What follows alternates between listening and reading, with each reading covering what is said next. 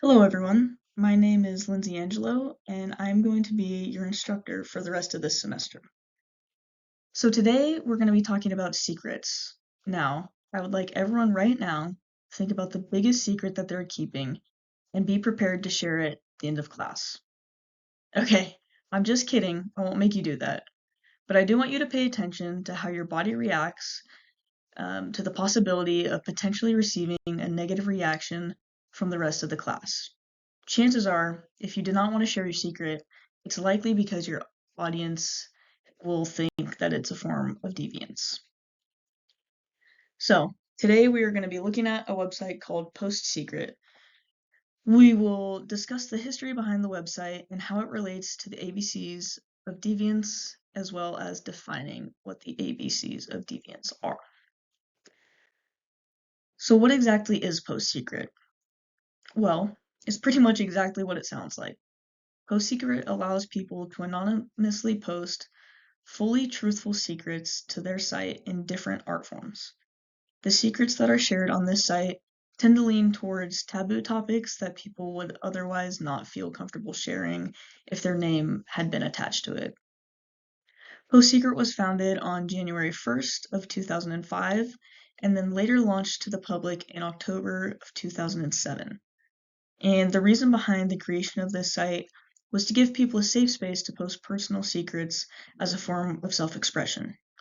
It has been used since as a judgment-free space where people can alleviate their emotional weight and confess to deviant acts or beliefs without an immediate negative reaction.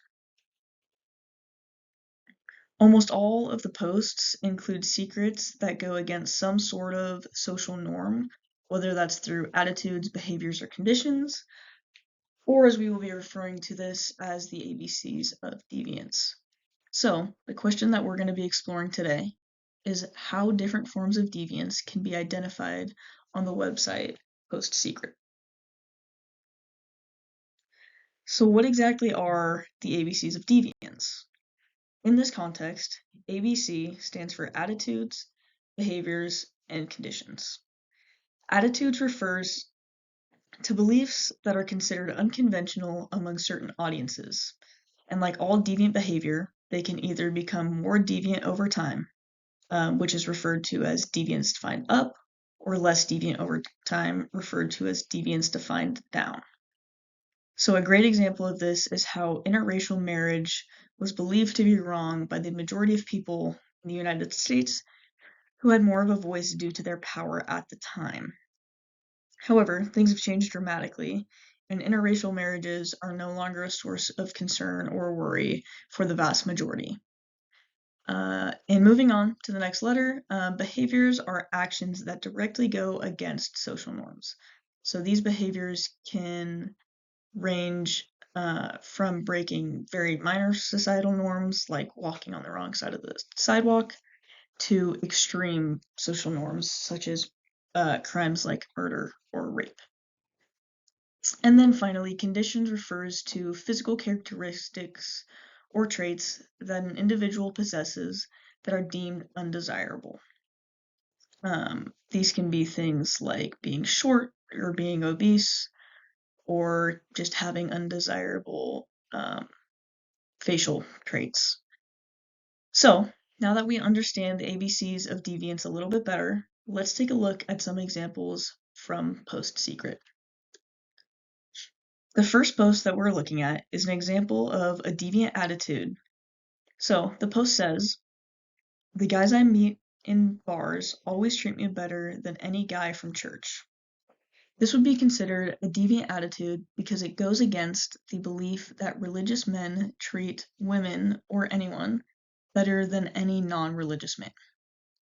Amongst the religious community, mostly with Christians and Christianity, there's a shared belief that people who don't believe in God and don't follow God are somewhat deviant. So, because this person is expressing the exact opposite belief, they would be considered deviant and most likely get a negative reaction from a more religious audience. And for the next example, I decided to give two different examples of deviant behaviors.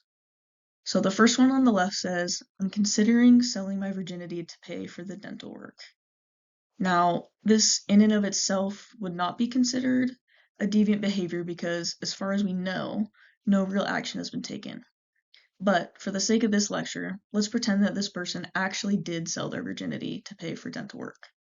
That would be a deviant behavior or act. Selling your virginity is something that almost everyone in our society would see as a deviant act and would certainly elicit a negative reaction. The post on the right reads, 15 years ago, I gave up a baby boy for adoption. 1 year ago, I found his address in the next town. 4 months ago, I drove past his house. Last night, I took my 2 youngest children trick-or-treating at his house and he opened the door. I almost cried, but walked away instead.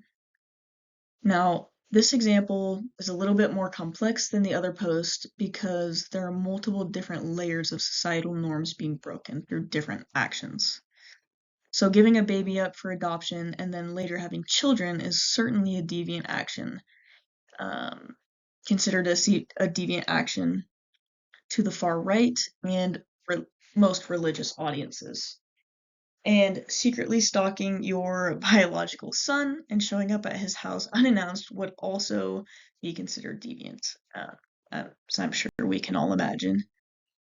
Stalking is something that is typically considered universally deviant. However, depending on the context of the situation, the level of deviance would almost certainly shift. And that is known as situational deviance.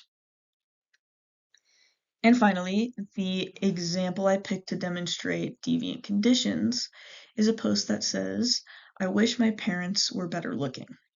Now, I think it's fair to assume that since the person is unhappy with the way their parents look, they're also unhappy with the way they look.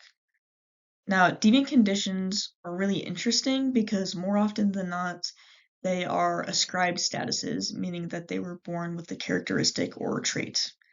The same way someone may be born into a family of poverty versus being born into a family that has a large amount of wealth. They're born into it, they have no say. So, and it's been proven that people who have undesirable physical traits are treated as deviant by the larger population. So, in this example, it's not the desire to be better looking or for their parents to be better looking that's deviant. It's the implied poor treatment of this individual or parent or their parents due to the way they look. So, to wrap everything up, most of the secrets that are posted on Post Secret reflect some form of deviance, which we looked at using the ABCs. Some of these secrets expose unconventional beliefs, while others describe actions that break social norms and some point to traits or characteristics that society is labeled as undesirable. And what we have seen throughout these examples is that deviance isn't fixed. It depends on who the audience is, the social context, and even the time period. Something considered deviant in one group or era may be completely normalized in another.